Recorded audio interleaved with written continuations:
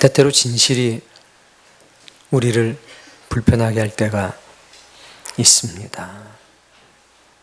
진실이 나의 삶의 어두운 부분을 드러내고 감추고 싶었던 부끄러운 모습을 조명할 때 우리는 불편해할 수밖에 없습니다.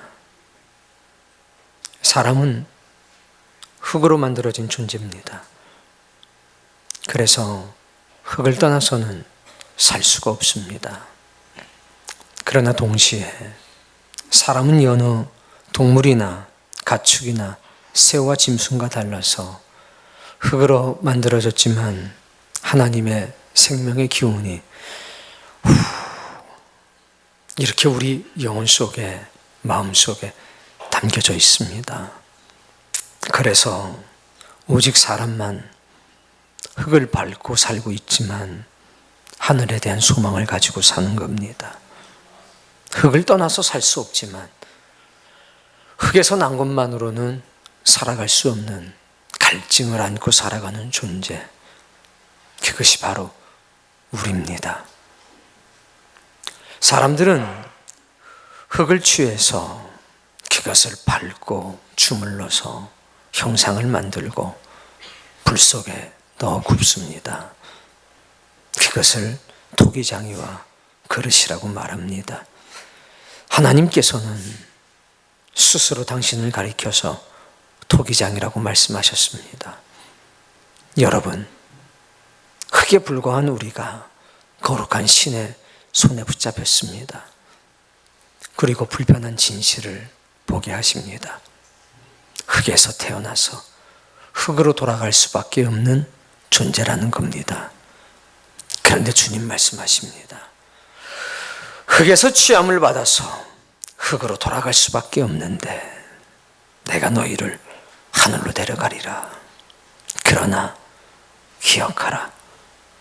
너희 안에 거룩한 은혜의 속성이 역사될 테니 이제는 사망의 종로로 타지 말고 이제는 율법과 죄의 종로로 타지 말고 생명과 성령의 법을 따라 살도록 하라. 흙 속에서 난 것을 먹고 흙 속에서 살다 흙으로 돌아간다면 괴로운 것이 뭐고 가슴 아픈 게 뭐가 있겠습니까? 그러나 흙의 속성을 지니고 살아가는데 흙의 속성을 우리 속에서 제하여 버리고 이 땅을 떠나서는 살 수 없는데 저 하늘의 신성하고 신령한 양식과 음식을 먹고 살아야 되기 때문에 땅의 것을 구하지 않고 하늘의 것을 구하고 살기 때문에 우리는 흔들리고 갈등하는 겁니다. 그러나 기억하셔야 합니다. 진실이, 진리가 우리를 비출 때 그때 나타나는 부끄러움, 진리를 따라 살기 위해서 내 영혼이 흔들리는 것, 이것은 복이다. 이것은 복이다. 견뎌내야 된다. 이겨내야 된다. 오직 진리가 우리를 거룩하게 할 터이니 하나님, 내가 비록 흙에서 취함을 받은 존재이지만 흙으로 돌아가지 않고 귀천 하늘로 돌아가는 존재가 되게 하옵소서. 하늘로 돌아가기 위해선 흙의 속성을 떨어버려야 합니다. 흙의 속성을 다 덜고 하나님의 입으로부터 나온 생명의 능력만 우리 속에 남아있게 해야 합니다. 그래야 하늘로 돌아갈 수가 있습니다. 신앙을 한다는 것은 흙으로서 이 땅을 살아가는 방법을 배우거나 익히는 것이 아니올시다. 신앙을 한다는 것은 흙으로부터 온 모든 속성을 흙에다 남겨두고 하늘로부터 온 거룩한 속성으로 우리를 변화시키는 것입니다. 그래서 우리 교회 나오는 겁니다. 그래서 우리 하나님 말씀 앞에 조용히 무릎 꿇고 주여 말씀하시옵소서, 주의 종이 듣겠습니다. 우리 청종하는 것 아니겠습니까? 오늘 이 예배의 시간이 그런 거룩함의 시간이 되기를 바랍니다. 얼마 전에 목사님들 그 아침 모임이 있는데 그중에 한 목사님이 그날 주제가 설교였습니다. 발표가 끝난 다음에 이렇게 말씀하셨습니다. 예수님께서 말씀을 전하셨을 때에 민중은, 대중은, 백성들은 둘로 나뉘었다. 한쪽은 크게 감동을 받아서 내 저분의 말씀이라면 내 생명까지도 아낌없이 내어드릴 수 있다. 저분이야말로 하나님이 보내신 자가 아니겠느냐. 이렇게 열광적으로 지지하며 자신의 삶이 주님의 말씀을 통해서 전격적으로 변화가 된 사람들이 있었습니다. 반면에 바리새인을 비롯한 어떤 이들은 그 주님의 말씀이 자신의 영혼을 찔르자 회개하고 돌이키는 것이 아니라 손에 돌멩이를 들고 예수님을 때려 죽이려고 했습니다. 저가 분란을 일으키니 저를 죽이자. 스데반 집사가 설교를 했습니다. 하나님의 말씀을 전했습니다. 그러자 사람들이 마음이 찔렸습니다. 양심의 가책을 느꼈습니다. 그러자 돌멩이를 들어서 스데반을 때려 죽였습니다. 근데 똑같은 말씀을 듣고 어떤 이들은 회개하고 자복하면서 하나님께로 돌아오는 역사가 있었습니다. 하나님의 사람들이 하나님의 말씀을 전할 때 이렇게 그 말씀을 통해서 극적으로 변화되는 사람들과 너무 마음이 괴로워서 그 괴로움을 이기지 못해서 돌멩이를 들었던 사람들로 나뉘었는데, 왜 우리가 설교를 하는데 교인들이 10년, 20년 말씀을 듣는데도 변화되지도 않고 너무 양심이 괴로워서 돌멩이를 들어서 우리를 때리려고 하지도 않으니 우리의 설교는 무엇이냐? 성경 속에 기록되어 있는 하나님의 사람들은 극적인 변화를 만들어내기도 하고 양심을 깊이 찔러내자 돌멩이로 맞기도 했는데, 도대체 우리의 설교는 사람을 변화시키지도 못하고 반대로 돌을 들어서 내리치는 사람도 없으니 우리의 설교는 도대체 무엇이냐? 우리가 회개하고 우리가 뭔가 방향을 달리 해야 될 것이 아니냐, 이런 이야기를 나누었습니다. 하나님의 말씀은 살아있어서 혼과 영과 골수를 쪼개기까지 한다고 그랬습니다. 흙 속에서 흙을 밟고 흙으로 돌아가는 이 세상 속에서 너희는 비록 흙으로 만들어졌지만 너희 안에는 하늘의 신령한 생명의 능력이 함께하기 때문에 진리를 통해서, 은혜를 통해서 그 흙의 속성을 이 땅에 던져버리고 저 위로부터 오는 신령한 양식을 통해서 변화되라. 귀천할 수 있는 존재가 되라. 이거 아니겠습니까? 여러분, 우리는 어떠합니까? 하나님의 말씀, 이건 살아있는 말씀입니다. 저도 오늘 그 고민을 해보게 됩니다. 그리고 결론을 내리게 됩니다. 그래, 옳다. 하나님의 말씀은 우리 속으로 들어와서 좋든 싫든 변화와 개혁을 일으킵니다. 철저하게 그 말씀의 권위 앞에 엎드리게 하든지, 아니면 너무 괴로워서 돌멩이를 들고 그것을 부정하든지, 이것이 하나님의 역사 아니겠느냐. 여러분, 그저 이 말씀으로 위로만 받으려고 하지 마십시오. 위로받는 것도 중요하겠지만 더 중요한 건 하늘로 돌아가는 겁니다. 주께서 우리를 부르실 때 아무개야, 아무개야, 가자, 이렇게 주께서 부르실 때 그 부르심에 훨훨 날아올라서 마치 엘리야가 불병거를 타고 하늘로 올라갔던 것처럼, 마치 에녹이 하나님의 부르심에 그 특별한 은총의 손을 타고서 저 하늘로 돌아갔던 것처럼 우리도 돌아가야 되지 않겠습니까? 그런데 너무 무거워서, 너무 흙의 속성이 강해서 올라가다 혹 떨어지지는 않을런가 염려가 되고 걱정이 됩니다. 우리에게 주어진 일생, 그것이 70년이든 혹은 90년이든 혹은 남은 인생이 30년이든 여러분 흙의 속성을 떨고 내야 되겠습니다. 먼지로 돌아갈 사람이 아니라 신에게로 돌아갈 사람이라는 사실을 기억해야만 되겠습니다. 그것이 신앙입니다. 하나님, 이들이 주의 말씀을 듣고 극적인 변화를 이루든지, 하나님, 그럴 수가 없다면 양심의 가책을 느껴 오히려 손에 돌멩이를 들고 치게 하옵소서. 어쩌면 이런 말씀이 이 시대에 필요한 게 아닌가 생각을 합니다. 단순하게 평안하다, 복받을 거다, 좋은 게 좋은 거다, 이렇게 머물러 있다간 거룩한 주의 날에 울며 통곡하는 일이 생길 수도 있겠다 하는 근심을 한번 해보게 됩니다. 오늘 이 말씀은 하나님께서 흙에 속한 사람들이지만 이제 내가 흙의 사람에서, 땅의 사람에서 하늘의 사람으로 변화되었구나, 구별되었구나, 이런 거룩한 은혜와 은총을 입은 사람에게 주는 특별한 말씀입니다. 로마서 1장으로부터 11장까지의 말씀은 어떻게 이방 사람이 하나님 나라의 백성이 될 수 있는가, 어떻게 죄인이 의인이 될 수 있는가, 어떻게 사람이 하나님의 나라를 상속받을 수 있는가, 어떻게 흙에 매여 살던 사람이 그 죄를 벗고 하나님의 거룩한 역사의 증인이 될 수 있는가, 그것에 관한 논중입니다. 그게 1장부터 11장까지의 내용입니다.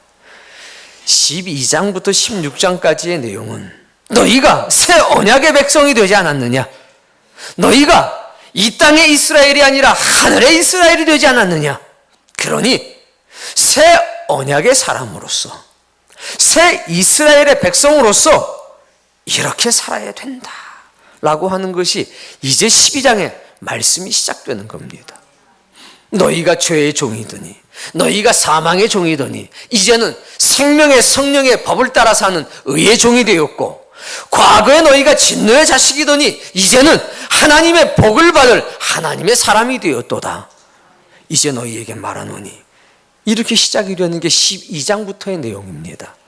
여러분, 하나님의 백성이 된 사람들은 백성이 되었다는 기쁨에 머물러 있는 것이 아니라 이제 백성답게 사는 법을 배우게 될 겁니다. 이것은 우리에게 거룩한 양날개가 돼서 흙에서 취함받은 사람이 하나님의 나라로 돌아갈 수 있게 하는 날개가 될 것입니다. 이 말씀이 여러분들에게 양날개가 되기를 바랍니다.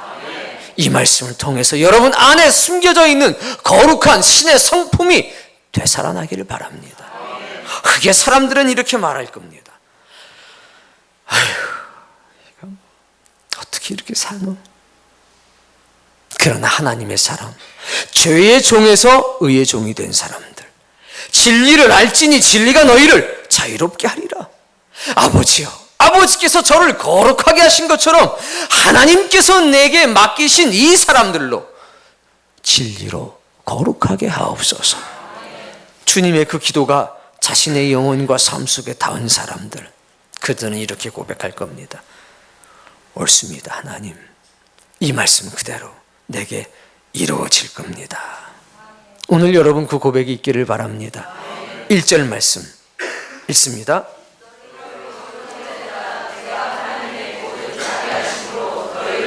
그러므로 형제들아, 죄의 종에서 의의 종이 된 사람들아, 이 땅에서 어떻게 잘 먹고 잘 살까 고민하다가 이제 어떻게 해야 하나님의 나라를 상속받을 수 있는 사람으로 살아갈 수 있을까 고민하기 시작한 사람들아, 자신을 위해 살다가 이제는 오직 예수 그리스도 안에서 죽고 살기로 결심한 사람들아, 5절에 있는 말씀과 같이 그리스도 안에서 한 몸이 되어 서로 지체가 된 사람들아, 예수 그리스도의 몸과 하나가 된 사람들아, 이게 바로 그러므로 형제들아에 해당되는 사람들입니다. 오늘 여러분이 이 말씀을 받을 수 있는 성숙한 신앙을 가진 사람이 되고 야, 내가 죄의 종에서 의의 종이 되었구나라고 하는 긍지와 자부심으로 가득 찬 형제들이 되기를 바랍니다. 권하노니 읽읍시다. 너희 몸을 하나님이 기뻐하시는 거룩한 산 제물로 드리라. 헬라 사람들은, 이 당시에 사람들은 생각하기를 영은 거룩하고 육체는 더러워. 그래서 영과 육은 다르다고 생각을 했습니다. 그런데 은혜 안에서 부름받은 하나님의 사람들은 이제 개념이 바뀐 겁니다. 육체는 영을 담는 그릇에 불과하고 지저분한 것에 불과해. 이게 헬라 사람들, 그 시대의 대부분의 사람들의 생각이었습니다. 당연히 로마 사람들도 그렇게 생각했을 겁니다. 그런데 바울은 전혀 다른 얘기를 합니다. 너희 몸을 어떻게 하라? 산제물로 하나님께 드리라. 아니, 어떻게 부족한 것을 신에게 드릴 수가 있겠습니까? 그런데 진리로 양육받은 사람들, 예수 그리스도의 십자가의 보혈로 거듭난 사람들은 다른 겁니다. 보세요. 이것은 너희가 드릴 영적 예배니라. 육체는 단순히 더러운 것이 아니라 이제 예수 그리스도의 죄사함의 역사를 통해서, 십자가의 보혈의 역사를 통해서 너희의 영이 새롭게 됐을 뿐만 아니라 너희의 몸도 새롭게 돼서 너희는 영과 육이 구별된 사람들이 아니라 영과 육이 하나로 거룩해진 사람들이라. 부정한 것을 어찌 드리겠습니까? 이제 너희의 몸은 부정하거나 지저분한 것이 아니라 너희 영이 거룩한 것처럼 너희의 몸도 거룩해졌다. 너의 마음과 너의 생각이 거룩한 것처럼, 하나님의 것이 된 것처럼, 하나님의 나라를 상속받을 수 있게 된 것처럼 너희의 몸도, 너희의 육체도 누구의 것이 되었다는 얘기입니까? 하나님의 것이 되었고 거룩한 것이 되었다는 얘기입니다. 너희 몸이, 너희 영이 원하는 그대로 살아가게 될 것이고, 너희의 영뿐만이 아니라 너희의 육체까지 하나님이 기뻐 받으실 만한 것이 되었다라는 것입니다. 이제 너희는 거룩한 생활이 따로 있고 속된 생활이 따로 있는 것이 아니라 너희는 거룩한 것과 속된 것이 하나가 돼서 거룩한 것이 되었다는 것입니다. 그러니 너희는 이제 땅에서 취함을 받았지만 이미 거룩한 하나님의 성품을 갖게 되었다는 겁니다. 이제 너희 속에 역사하는 것은 심장이 아니고 하나님의 생명의 능력이라는 겁니다. 이제 너희 속에서 너희 삶을 주관하는 것은 너희의 더러운 이득이나 자기 변명이 아니라 진리의 말씀이라는 것입니다. 그러니 세상 사람들은, 거듭나지 못한 사람들은 자기 이익을 따라 살고 그저 듣기 좋은 말만 받아들이겠지만, 너희들은 하나님의 말씀이 무엇라 명령하들 그것을 생명의 말씀으로 받들어서 이룰 수 있는 사람들이라는 것입니다. 하나님이 거룩하니 너희도 거룩함이라. 이 말씀이 부담스러운 말씀이 아니라 감사의 말씀이 되고 은총의 말씀이 되는 거란 얘기입니다. 2절 말씀, 이 세대를 본받지 말라. 흙으로 돌아갈 사람들, 먼지로 돌아갈 사람들, 그 사람들을 따라 살지 말라. 그들과 구별되는 삶을 살라. 계속 무엇을 받아? 변화를 받아야 합니다. 하나님의 나라를 상속받을 수 없던 사람들이 하나님의 나라를 상속받게 되는 것입니다. 죄와 자신의 더러운 이익을 따라 살던 사람들이, 자기 변명을 따라 살던 사람들이 하나님의 이익을 위해 살고 하나님의 선하신 뜻을 위해 살게 되었다는 것입니다. 자기를 위해 살지 않고 하나님 나라를 위해 살게 되었다는 것입니다. 그게 뭡니까? 변화입니다. 변화를 받아 읽으세요.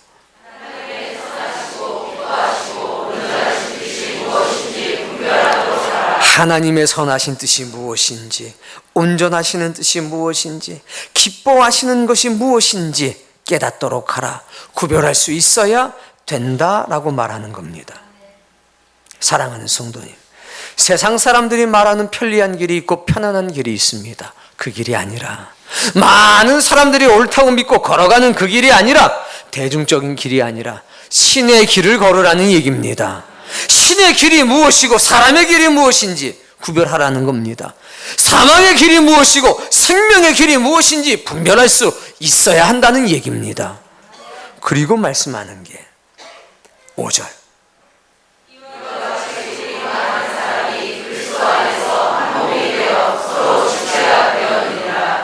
그리스도 안에서 예수님 때문에 많은 사람들이 한 지체가 되었다. 한 몸이 되었다. 이것을 여러분이 인정하고 받아들이고 구체적으로 이것이 무엇을 의미하는 건지를 오늘 이 시간 깨닫게 되기를 바랍니다. 그래서 믿음 안의 사람들끼리 어떻게 살아야 될 것이냐가 이어지는 겁니다. 그리고 오늘 본문은 이제 교회라고 하는 언약의 공동체 밖에 있는 사람들, 세상 사람들하고의 관계는 어찌해야 되느냐라는 것이 시작되는 겁니다. 14절 말씀.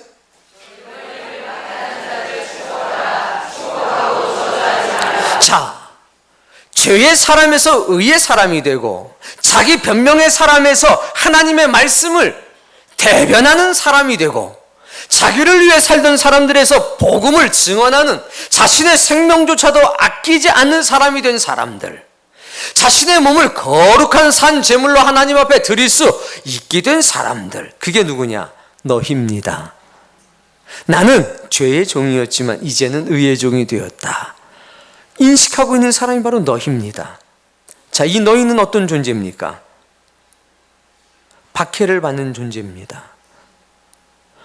여러분 박해를 받고 있습니까? 문제는 여기부터 시작되는 겁니다. 대부분의 성도님들은 박해를 받지 않는다는 겁니다. 박해를 받지 않기 때문에 박해하는 자를 축복하라, 이 말로 감동이 있을 수가 없고 이런 말에 전혀 부담을 느끼지 않는 겁니다. 그러나 죄의 종에서 의의 종이 된 사람들, 흙에서 취함받아서 흙으로 돌아가지 않고 흙의 속성을 떨어내고 하늘로 돌아갈 준비가 된 사람들은 박해받습니다. 박해의 이유는 선한 일을 하기 때문입니다. 사도행전 7장에는 스데반 집사의 설교하는 장면이 나옵니다. 성경은 이렇게 기록하고 있습니다. 그들이 스데반의 말을 듣고 마음에 찔려 그를 향하여 이를 갈거늘. 이게 박해의 이유입니다. 예수님께서 전하신 복음이 유대인들의 마음을 찔렀습니다. 그러자 그들이 박해하기 시작했습니다. 예수님께서 안식일 날 병든 자를 일으켜 세웠습니다. 예수님께서 눈먼 자의 눈을 뜨게 하셨습니다. 그러자 그들이 그것을 박해의 이유로 삼았다는 것입니다. 사랑하는 성도님, 여러분은 박해를 받고 있습니까? 선한 일을 하기 때문에 찾아오는 의로운 박해를 여러분들은 경험하고 계십니까? 흙으로 돌아가는 사람들 가운데서 아닙니다. 흙으로 돌아가는 존재가 아닙니다. 우리는 하늘로 돌아가야 합니다. 우리의 보물은 이 땅이 아니라 하늘에 쌓아야 되는 것입니다. 이렇게 외침으로 인해서 박해를 받습니까? 자기 변명하며 살면 되면 안 됩니다. 자기 이익을 위해 살면 안 됩니다. 하나님의 복음과 하나님의 나라를 위해서 살아야 합니다. 우리는 땅끝까지 이르러서 증인이 될 사람들입니다. 자기 삶에 만족해서는 안 되는 겁니다. 하나님께로 돌아갑시다. 은혜와 진리 가운데로 돌아갑시다. 이러므로 인해서 받는 고통이 있냐는 것입니다. 베드로는 말합니다. 그러나 의를 위하여 고난을 받으면 복이 있는 자니 두려워하는 그것을 두려워하지 말고 근심하지 말라. 선한 양심을 가지라. 그리스도 안에 있는 너희는 선행을 욕하는 사람들로 그 비방하는 일에 부끄러움을 당하게 하려 함이라. 사랑하는 성도님, 박해를 당하시길 바랍니다. 선한 일을 함으로 박해를 당하는 사람이야말로 의인입니다. 내가 한 일이 아니라 내가 하진 않는 일로 인해서 박해를 받는다면 의로운 것입니다. 나의 잘못이 아니라 하나님의 뜻대로 살아가면서 당하는 고통과 박해가 오늘 여러분에게 있기를 바랍니다. 박해하는 자를 모아라, 축복하라. 축복하고 저주하지 말라. 성령이 충만한 사람, 새 언약의 공동체가 된 사람들은 이 가르침을 받아들입니다. 스데반은 은혜와 성령이 충만한 사람이었습니다. 그는 성령이 충만한 상태에서 하늘에 계신 예수 그리스도를 증거합니다. 그랬더니 그 사람들이 돌을 들어 스데반 집사를 치기 시작합니다. 스데반이 마지막으로 한 기도가 뭡니까? 주여, 이 죄를 그들에게 돌리지 마옵소서. 저주하지 않았다는 겁니다. 예수님도 그렇게 기도하셨습니다. 저희가 모르고 하는 일이니 저들의 죄를 용서해 주옵소서.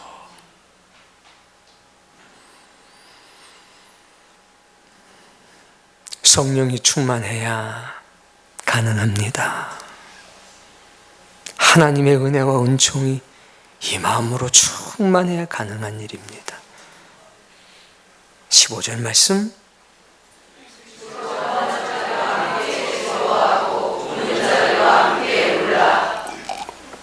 14절과 15절의 말씀은 자기를 부정하고 자기 자아를 잊어버리지 않고는 행할 수 없는 일들입니다. 바울은 이런 고백을, 이런 명령을 고린도전서 7장에 남깁니다. 형제들아, 내가 이 말을 하노니 그 때가 단축되었다. 무슨 얘기냐면 종말이 가까이 왔다는 얘기입니다. 이후부터 안에 있는 사람들은 없는 사람들처럼 살아라. 우는 사람들은 울지 않는 사람처럼 살아라. 기쁜 사람들은 기쁘지 않는 사람처럼 살아라. 매매하는 사람들은 매매할 게 없는 사람처럼 살아라. 이렇게 말합니다. 무슨 얘기입니까? 슬퍼도 슬픔에 매이지 말라. 기뻐도 기쁨에 매이지 말아라. 많은 것을 소유하고 있어도 거기서 매이지 말아라. 이유는 이 세상의 형체는 다 지나갑니다. 하나님께서 우리에게 새롭게 주실 것이 있다는 얘기입니다. 즉, 네가 돌아갈 집이 어디냐는 겁니다. 네가 가지고 갈 수 있는 것이 무엇이냐고 물어보시는 겁니다. 이게 올바른 구원관이고 종말론적 사고인 것입니다. 감사만 남는 거죠.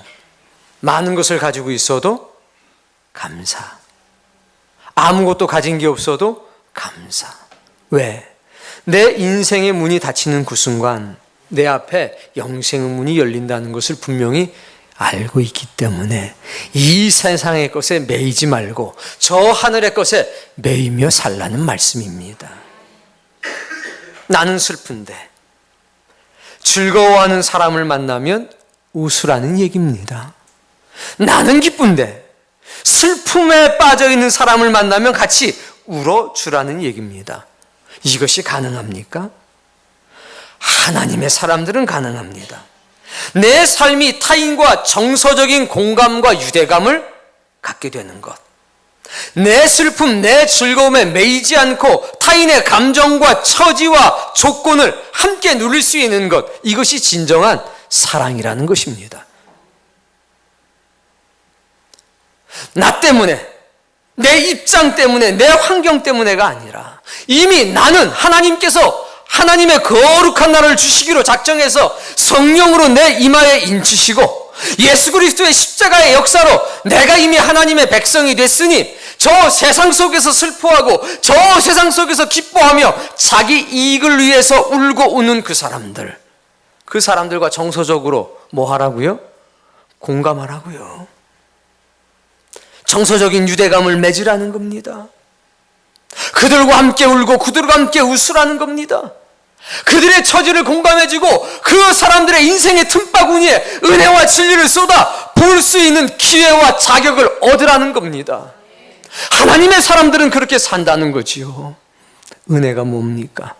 하나님의 성령님의 역사가 무엇입니까? 인간에 대한 사랑입니다. 인간에 대한 사랑. 죄와 사망 속에서 죽어가는 사람들, 어디로 가야 할지를 모르고 방황하는 사람들, 때때로 신의 은총을 그리워하고 때때로 신의 나라로 돌아가길 원할지라도 어떻게 해야 되는지를 몰라서 방황하는 사람, 그들에게 다가가서 복음을 전할 수 있는 권한과 권리와 자격을 얻으라는 겁니다. 교회 안에 갇혀 살아서는 안 됩니다. 이거는 교회를 떠나라는 얘기가 아닙니다. 여기서 은혜 받았으면 성령과 은혜와 평안에 매는 줄로 주께서 우리를 붙드셨습니다. 그래서 우리는 교회에서 받은 은혜와 성령의 힘을 굳건하게 내 허리에 동여매고 세상으로 나가는 겁니다. 세상과 담을 쌓는 것은 교회가 아닙니다. 세상을 향해서 담이 없어야 합니다.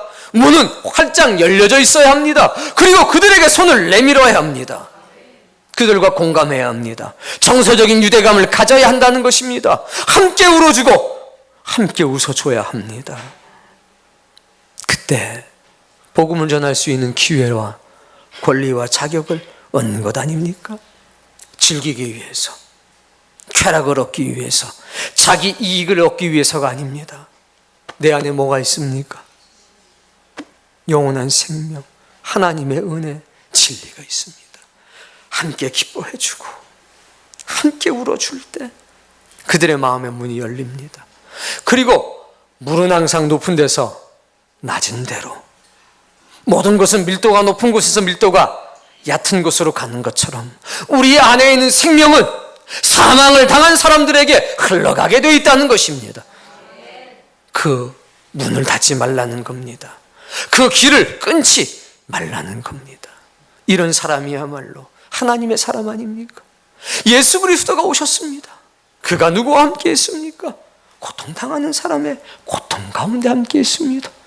작은 일이라도 기뻐한다면 그 즐거움이 더 커질 수 있도록 하셨습니다. 그 길이 오늘 이 교회가 걸어가야 될 길임을 기억하십시오. 16절 말씀,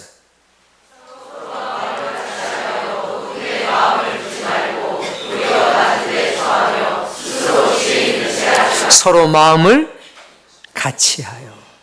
여러분, 여기에 사마귀 하나 나면 어때요? 이거 만지면, 사마귀 만지면 감각이 있습니까? 없습니까? 없지요? 거기 사마귀 난데 막 긁으면 시원합니까? 그런 겁니다. 마음을 같이 하라는 것은 우린 그리스도 예수 안에서 한 몸이 되었습니다. 저 사람이 아플 때 같이 아프는 것, 여기에 뭐가 박혀도 같이 다 고통을 느끼는 것, 기쁜 일이 있으면 얼굴만 좋아요? 아니면 온몸이 다 기쁨을 표현합니까? 그렇죠. 마음을 같이 해야 합니다. 그러면 슬픔은 나누어져서 사라질 것이고 기쁨은 작은 거라도 나누어져서 크게 될 것입니다. 문제는 마음을 같이 하지 않으니까 생깁니다. 아유, 나는 뭐 저 김집사하고는 달라. 클래스가 다르지 내가. 마음이 나눠진 겁니다. 나는 너랑 다르다는 얘기입니다. 나는 너랑 다르다는 얘기입니다. 아닙니다. 이건 마음이 같이 되는 게 아닙니다. 그러면 무엇을 지향하느냐? 높은데 지향합니다. 나는 너희랑 달라. 좀 고귀한 사람들, 좀 지식 있는 사람들과 놀아야지. 아유, 그러지 말라는 겁니다. 도리어 어두운 곳으로 가라고 그러냐면 낮은데. 무슨 얘기냐? 하찮아 보이는 사람들, 보잘것없는 사람들, 그 사람들과 사귀라는 얘기입니다. 그들과 가까이 하라는 얘기입니다. 그런데 마음이 같이 안 되면 안 됩니다. 마음이 같아야 합니다. 그런데 교회 생활하면서, 신앙생활하면서 외로운 늑대가 있다고요. 소통하지 않는 사람들이 있다는 겁니다. 이 사람들은요, 상처 안 받는 게 목적입니다. 고상한 척 하는 게 목적입니다. 사막입니다. 하나님의 사람이 안 되는 겁니다. 많은 사람들이 그리스도 예수 안에서 한 몸이 되었느니라. 한 몸이 되었다는데 혼자 외로운 늑대입니다. 그리고 스스로 잘난 척합니다. 스스로 지혜 있는 채 하지 말라. 그래서 합니다. 보면 어찌 그렇지 않고 은혜와 진리는 가장 먼저 하는 일이 하나 되게 하는 겁니다. 싫은 사람도 없고 좋은 사람도 없습니다. 아니 한 몸이 되는데 싫고 좋고가 어디에 있단 말입니까? 그래서 그들은 지혜 있는 척 잘난 척 하지 않습니다. 집사님 정말 대단한 일 하셨어요. 아닙니다. 하나님이 하신 겁니다. 여러분, 오늘 저와 여러분이 이런 사람 되기를 바랍니다. 그러기 위해선 여기에 불타는 지성이 있어야 합니다. 불타는 영성이 있어야 합니다. 왕의 저정이라고 하는 책 속에 김미진이라고 하는 선교사가 쓴 글이 있습니다. 하나님, 저는 좀 특별하잖아요. 하나님, 저는 어려서부터 하나님께 헌신된 사람이잖아요. 세계 선교를 위해서, 하나님의 거룩한 역사를 위해서 저를 크게 사용해 주세요. 이렇게 기도를 했습니다. 제게 안 그래도 부자였는데 물질의 복을 주셔가지고 그 모든 것을 잘 감당할 수 있도록 해주세요.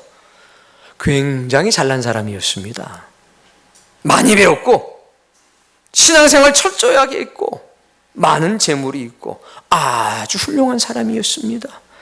그런데 꿈을 꿨는데 다른 사람들은 그냥 큰 것들을 봤는데 자기는 다 말라 비틀어진 고구마 이런 것만 주시더라. 메마른 땅을 보여주시더니 거기 가서 심으라고. 아니 하나님, 저는 이럴 사람이 아니라니까요. 저는 훌륭한 일 할 수 있는 준비가 되어 있는 사람이라니까요. 그런데도 거듭해서 그 꿈을 꾸는 겁니다. 그리고 나중에 봤더니 그 황무하고 척박한 땅에서 이렇게 말라 비틀어진 걸 심어놨더니 커다란 고구마들이 여기저기 다 거두는 꿈을 꿨어요. 그리고 깨달은 겁니다. 내 생각과 하나님의 생각은 다르구나. 하찮아 보이는 저 사람, 보잘것없어 보이는 저 사람, 나는 저 사람들을 나와 다른 사람이라고 멀리하고 살았는데 하나님은 내가 그 사람들한테 가서 그 사람들을 씨고구마 삼아서 그 사람들을 통해서 하나님의 거룩하고 위대한 역사를 이루라고 내게 말씀하시고 내게 명령하셨구나. 하나님의 역사는 말입니다, 하찮은 사람이 거룩한 일을 하는 겁니다. 할 수 있는 사람이 하는 게 아니라 할 수 없는 사람이 할 수 있게 되는 것입니다. 그게 16절 말씀 아니겠습니까? 사랑하는 성도님, 교회 안에서의 영향력이 교회 바깥으로 나가야 합니다. 약한 사람들, 허물이 많은 사람들을 변화시킬 수 있는 거룩한 영성이 여기서 타고 있어야 합니다. 거룩한 지성이 불타고 있어야 합니다. 우리의 삶이 온전하게 하나님께 헌신되어 있어야 합니다. 누구를 만나든 어떤 상황 속에서도 하나님, 내가 저 사람을 변화시켜야지요. 저 죄의 종을 의의 종으로 만들어야지요. 이런 기회를 엿보는 겁니다. 이런 기회와 이런 자격을 만들어내는 사람들, 그 사람들이 형제들아, 바로 그 형제들아 여러분이라고 저는 생각합니다. 17절 말씀.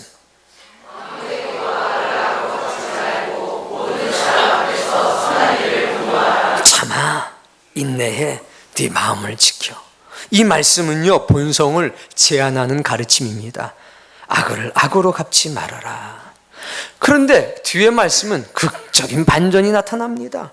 적극적으로 선을 행하라. 능동적인 삶을 살아라. 즉 본성을 뛰어넘는 가르침입니다.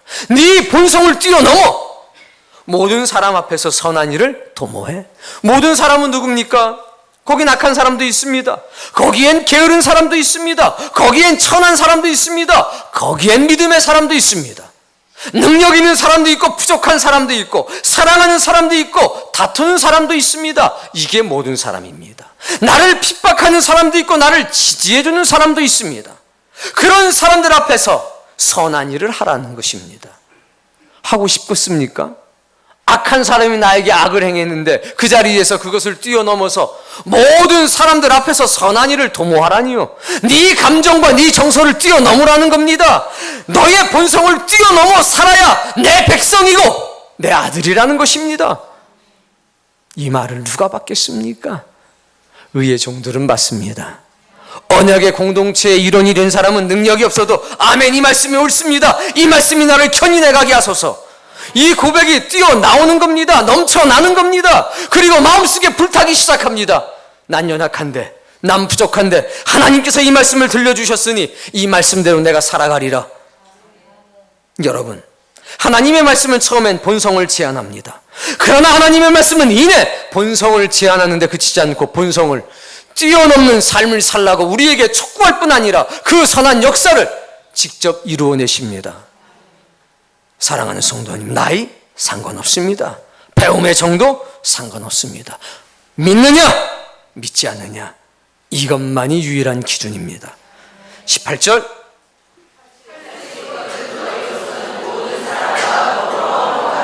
할 수 있거든. 어려운 일이겠지만 너희는 모든 사람과 더불어 화목하라. 자기 이익을 구하는 사람들, 사욕을 쫓아 사는 사람들,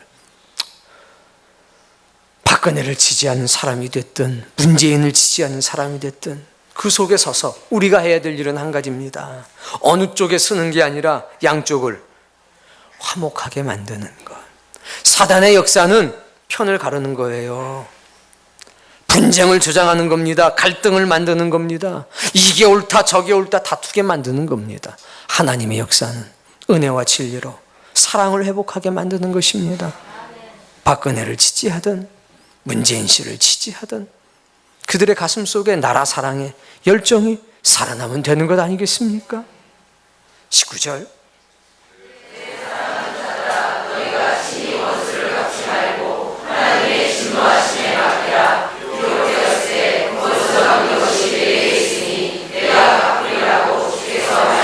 사랑하는 사람들아, 선만 행해라. 네 원수 잊어버려. 네 원수를 나의 진노 속에 잠깐 맡겨두어. 진노는, 심판은 내가 할 터니 너희는 이 세상을 살아가면서 선행을 베풀도록 하라. 사랑하라, 용서하라, 감사하라.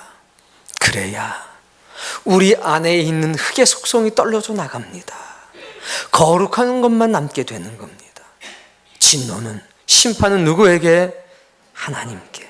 내게 맡겨. 날 믿지? 내게 맡겨. 너희는 사랑하고 살아. 너희는 용서하고 살아. 너희는 선한 일만을 생각하고 살아. 너희 본성을 뛰어넘어 거룩한 나의 본성에 이르는 데에 힘을 다하도록 해. 20절, 줄이거든 목마르거든 그래, 너 아이고 벌 받는다, 야 아이고 그럴 줄 알았어, 아이고. 이러지 말라는 겁니다. 그가 어려움에 처했으면 그를 도우라는 겁니다. 그가 잘 될 수 있도록 기도하라는 겁니다. 그리함으로 내가 숯불을 그 머리에 쌓아놓으리라. 악에게 지지 말고 손으로, 중요한 말씀이죠. 악에게 지지 말라. 그러면 아무것도 못해가지고, 그러니까 악에게 지지는 말어. 악을 이기되 무엇으로? 선으로 이겨.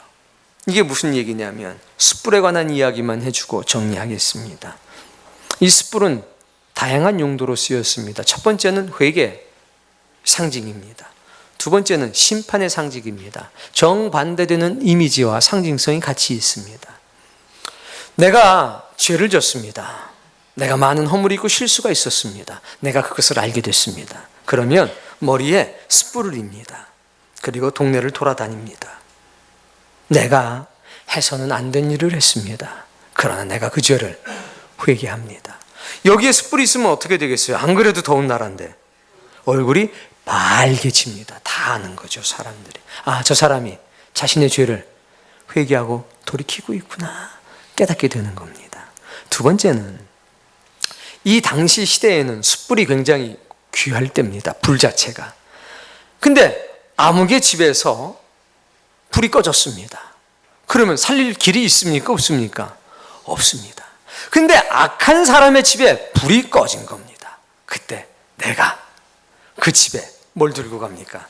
숯불을 들고 갑니다. 혹은 그 사람을 부릅니다. 여기 불이 있으니 가져가시오. 그 사람 다시 숯불을 머리에 이고 갑니다. 왜 머리에 있는지는 저한테 물어보지 마십시오. 그 당시 사람들은 뭐든지 이고 다녔어요. 우리나라도 이고 다녔죠.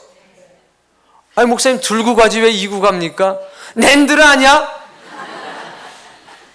여자들은 뭐만 주면 이더라 그냥.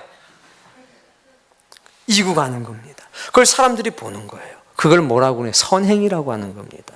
그러니까 숯불을 머리에 이고 다니는 것은 선행을 베푸는 일들입니다. 자, 마지막으로 숯불은 심판을 상징합니다. 그렇게 우리가 선행을 쌓음으로 인해서 자꾸 선행을 베풀면 이 사람이 점점 어떻게 되느냐? 부끄러워지는 거죠. 그때 회개하기 위해서 숯불을 쌓아둘 수도 있는 겁니다. 그런데 혹 그가 회개의 숯불을 쌓지 않는다 할지라도 뭘 쌓을 수도 있다는 거예요? 심판의 숯불을 쌓기도 한다는 겁니다. 심판은 누가 하시느냐? 하나님이 하시는 겁니다. 우리가 베푼 선행이 그에게 심판이 되기도 한다는 겁니다. 그러나 결론은 한 가지입니다. 너희는 무엇만 하라? 선행을 하라. 너희의 선행으로 그를 부끄럽게 하거나 너희의 선행으로 그를 회개하게 하거나 너희의 선행이 그들에게 심판이 되게 해라. 우리는 선행을 베풀면 됩니다. 그것이 회개가 될는지 그것이 부끄러움에 머물렀는지 그것이 심판에 이르렀는지 그 사람의 몫이라는 것입니다.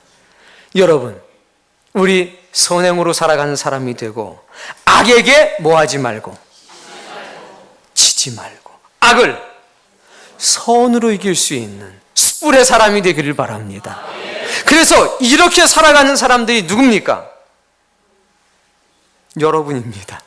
이게 새로운 삶이라고 하는 겁니다. 이전과 다른 삶. 이 삶이 오늘 여러분의 것이 되기를 바랍니다. 신앙은 교리적인 틀 안에 매여져 있는 게 아닙니다. 신앙은 이념과 사상의 문제가 아닙니다. 신앙은 우리의 삶 그 자체인 겁니다. 사랑이 충만한 삶. 내가 누구인지를 분명히 알기 때문에 돌아갈래 고향 하늘나라. 그 광야에 찬바람이 불든 불바람이 불든 우린 상관없습니다. 지나갈 거니까. 그래서 우린 항상 한 가지만 기억하고 삽니다. 돌아갈래 고향 하늘나라. 이 세상 살면서 흙의 속성을 떨구고 가야지. 내 안에 있는 거룩한 속성이 나를 지배하게 해야지. 그러므로 형제들아, 이 말씀이 오늘 여러분들에게 생명의 양날개가 되기를 주의 이름으로 축복합니다.